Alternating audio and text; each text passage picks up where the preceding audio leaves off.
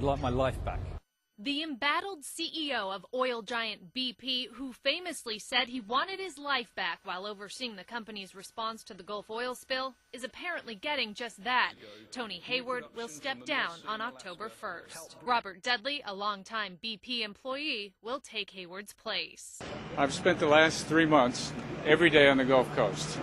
And I'm going to focus for the next month and a half on what we're doing in the Gulf Coast, our relationships with the Gulf Coast and in Washington. But just changing faces and not changing corporate philosophies doesn't really get you anywhere.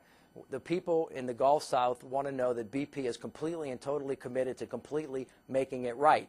And that means not leaving just because the well is capped.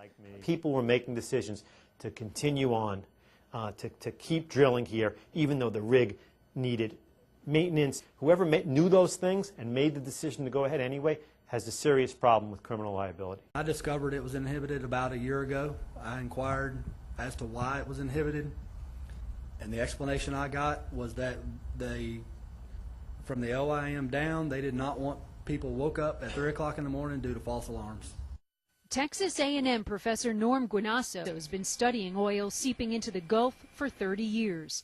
But refused to agree to BP's restrictions since they would prohibit him from publishing his research. They told me that I couldn't work for anybody else, that I could not speak out publicly about the oil spill, and I told them I probably was not interested.